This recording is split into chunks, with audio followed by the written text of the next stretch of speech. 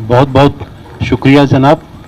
आज यहाँ पर इतने विद्वान लोग एकत्र हुए हैं, उन सबको मैं पहले सादर नमस्कार करता हूँ। और मैं यहाँ पे आया था कि कुछ जो विषय है बहुत ही सार्थक और सामयिक है, इस पे कुछ अच्छी चर्चा हमें सुनने को मिलेगी, लेकिन हमें बोलना भी है, ये बताया गया। तो मैंने कहा कि चलिए हम भी कुछ बात रखते हैं। लेकिन यहाँ पे इतने अच्छे विद्वान हैं, इतने बड़े बड़े धर्मगुरु हैं, इतने लोग इंटेलेक्चुअल हैं कि उनसे ही सुना जाए तो ऐसे एक फोरम में ज़्यादा अच्छी जानकारी मिलेगी। देखिए कमलकांत गुप्ता जी ने इतनी जानकारी अच्छी दी, जो इसके पहले छोटे नगरामी साहब ने बातें बताई थी, उसी में उन्होंने सारा सब संदेश और पैगाम दे दिया था। और आप भी बहुत अच्छी अच्छी बातें बता रहे हैं, तो हम लोगों को तो कुछ बोलने के लिए कुछ ऐसा दिखता ही नहीं कि बताने का कुछ अवसर है। बहुत अच्छी अच्छी बातें, और शायद जितनी बातें होनी चाहिए इस विषय पर हो चुकी हैं। लेकिन एक दो बात मैं ज़रूर कहना चाहूँगा कि जैसा फिरंगी महल साहब ने कहा कि पूरी दुनिया को लिखा है इस्लाम में कि एक परिवार है, सब एक दूसरे के अंग हैं और एक दूसरे की चिंता करनी चाहिए। तो ये एक वाक्य में ही पूरा इसका पैगाम इंसानियत का पूरा हो जाता है, कुछ और बात करने की आवश्यकता नहीं है।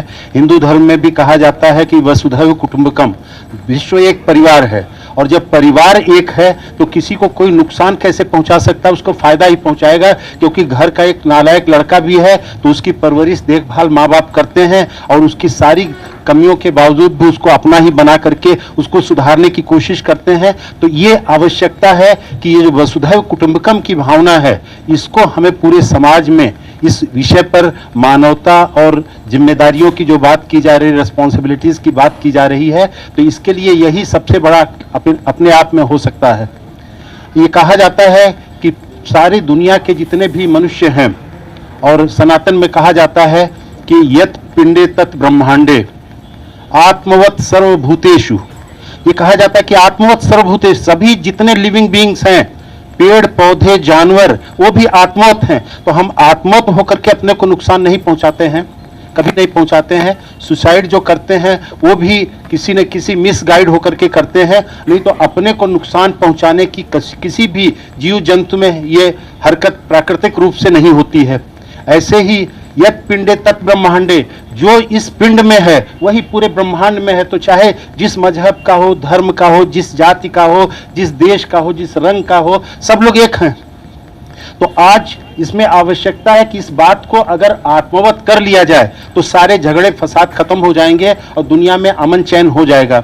अब ऐसे में आवश्यकता क्या है कि जो सबसे आवश्यक चीज़ है अभी बताई गई कि एम्पैथी होना चाहिए। एम्पैथी का मतलब मैडम ने एलाबोरेट भी किया कि दूसरे के परेशानियों को उसके शूज़ में खड़े होकर समझना, और जब ऐसी स्थिति हो जाएगी तो उसको हम सॉल्व करने भी कोशिश करेंगे।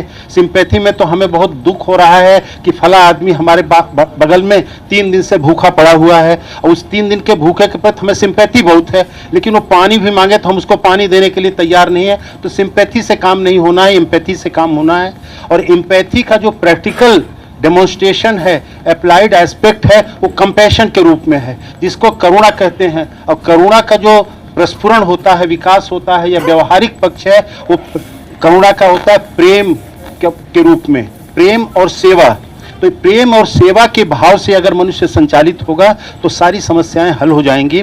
और इस प्रेम और सेवा के भाव से भी बहुत कुछ कहा गया है। बहुत कुछ कहने का आज मौका नहीं है क्योंकि बहुत इतने विद्वान हैं, सबको बोलना है। लेकिन एक बात मैं जरूर इस विषय में कहूँगा, कहा गया है कि परोपकाराय इदम शरीरम, ये शरीर परोपकार करने के लिए पैदा दिया गया है, ऊपर वाले ने इसलिए दिया है। हम लोग इतने सेल्फ सेंटर्ड हो गए हैं जिससे वजह से सारी समस्याएं हो रही हैं, अपने को भी नुकसान पहुंचा दे रहे हैं। सेल्फ सेंटर्ड होने के नाते अपनी भी आत्महत्या कर ले रहे हैं। तो इसलिए परोपकार के भावना से अगर व्यक्ति चलता है, एक श्लोक है कि अष्टादश पुराणस्य व्यासस्य वचनम द्वयम परोपकाराय पोयाय पापाय परपूयनम। 18 पुराण में, 4 वेद में, सब में यही एक बात लिखी गई है कि दूसरे को दुख देना सबसे बड़ा पाप है और दूसरे को सुख देना सबसे बड़ा पुण्य है। और मनुष्य के रूप में हमारी एक ही रिस्पॉन्सिबिलिटी है, पुण्य का काम करना, पाप नहीं करना। और पुण्य और पाप की इतनी सिंपल परिभाषा कहीं नहीं हो सकती। और मैं इसको भली भांत जानता हूं कि इस्लाम है, क्रिश्चियनिटी है, जुडाइज्म है, सारे में यही परिभाषा है। इस्लाम में कहा गया है कि आपके घर के दाईं तरफ और बाईं तरफ अगर 40 घर में कोई भूखा है तो आप खाना खाने का हकदार नहीं हैं। क्या हम ये कर रहे हैं? हम वहाँ फिर चश्मा लगा लेते हैं, लेंस लगा लेते हैं कि कौन किस मजहब का है, ऊंच नीच का है, उसके घर हमें उसको बुला करके खाना खिलाना है, उसके घर जाके हमें खिलाना है, नहीं आना है, जाना है। तो इस तरह की जो दीवारें खड़ी हो गई हैं मानवता, वो अज्ञानवश। और अज्ञान का रास्ता क्या है? उसके लिए शिक्षा, एजुकेशन बढ़ी है, डिग्री बढ़ी है, लेकिन शिक्षा नहीं बढ़ी है, अशिक्षा बढ़ी है। क्योंकि जो शिक्षा का उद्देश्य है वो विद्या प्राप्त करना, और विद्या क्या होती है? सा विद्या व विमुक्तये। वो विद्या वो है जो व्यक्ति को मुक्त कर दे, और मुक्त किस चीज से कर दे? जो अंधेरा है उससे मुक्त कर दे, प्रकाश की तरफ ले जाए। जो अज्ञान है उससे मुक्त कर दे, ज्ञान की तरफ ले जाए। ये विद्या का कार्य है। इसका कार्य है कि घृणा, आपसी मतमुटाव, भेदभाव, दुश्मनी, इस तरह से जो नकारात्मक प्रतिस्पर्धा है, इन सब से इंसान को ऊपर उठाए, वो विद्या है। वो विद्या नहीं हो रही है। और हम लोगों को कोई बहुत जरूरत नहीं है कि हम अगली पीढ़ी के लिए कुछ बहुत ही सिखाने की कोशिश करें कि अगली पीढ़ी को हमें बहुत पैगाम देना है। पैगाम अगली पीढ़ी को नहीं देना, हमें अपने को देना है। अगर हम सही रास्ते पर चलेंगे तो अगली पीढ़ी बंदर है, और बंदर हर चीज की नकल करती है। उसके हिसाब से परिवार एक ऐसी संस्था है जिसमें सभी मूल्यों का निर्माण होता है। परिवार में अगर हम चाहते हैं कि हमारा बच्चा खूब ज्यादा पैसा कमाए, चाहे जैसे कमाए, चाहे जैसे पैसा लीगल इलीगल लेके आए, तो उस परिवार का उद्देश्य ही अगर सही नहीं है तो कहां से उसमें विकास सही होगा? इसलिए आवश्यकता है कि हम लोग खुद एक नैतिकता के रास्ते पर, मानवता के रास्ते पर, वैसे फंडामेंटल ड्यूटीज का कॉन्स्टिट्यूशन में लिखा गया, उसका भी जिक्र आया है, वो बहुत कुछ है, लेकिन फंडामेंटल ड्यूटीज में ही पर्यावरण की भी बात की जाती है। अगर जिम्मेदारी की जो बात करें, सबसे बड़ी जिम्मेदारी है जो अपनी, कि हम लोग अपने पर्यावरण को संरक्षित करने के लिए प्रयास करें। क्योंकि पर्यावरण से खतरा पर्यावरण को नहीं है, उससे मनुष्य को खतरा केवल नहीं है, समस्त जीव जगत को खतरा है। तो समस्त जीव जगत को अगर बचाना है तो पर्यावरण को बचाना है, मानवता को बचाना है। तो परिवार की जो धुरी है, परिवार के भीतर जो कुटुंब के अंदर जो मूल्य दिए जाते हैं, उन मूल्यों को हमें स्थापित करने की आवश्यकता है। और उसके लिए आवश्यकता है कि हम स्वतः नैतिकता के रास्ते पर, मानवीयता के रास्ते पर, मानव तो पैदा होता है, मनुष्य पैदा होता है माँ के गर्भ से, लेकिन वो मानवता उसमें जब आती है, उसमें जब कंपैशन आता है, कंपैशन एक प्रोएक्टिव हेल्पफुलनेस है, प्रोएक्टिव प्यार करने की भावना है, और इससे जब सुख मिलता है तो ये मानवता के लिए सबसे बड़ा है।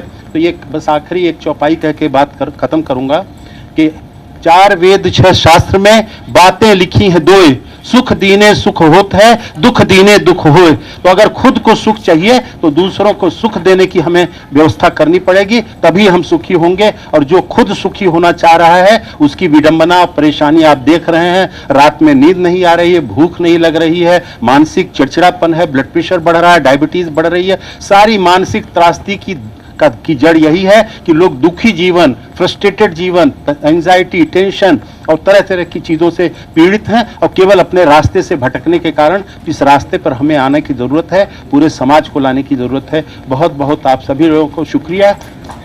हमें बुलाया गया, मैं तो सोचा कि all India Muslim intellectual society के जो विद्वान धुरंधर हैं उन लोगों को मैं सुनूंगा, लेकिन बताया नहीं, ऐसे बिठाया गया, सबको बोलना है। तो हमने भी कुछ बातें की है, कुछ चीज़ें हो सकता है गुस्ताखी में मैं सीमा रेखा भी पार कर गया हूँ, उसके लिए मैं माफ़ी भी मांगता हूँ। बहुत बहुत शुक्रिया।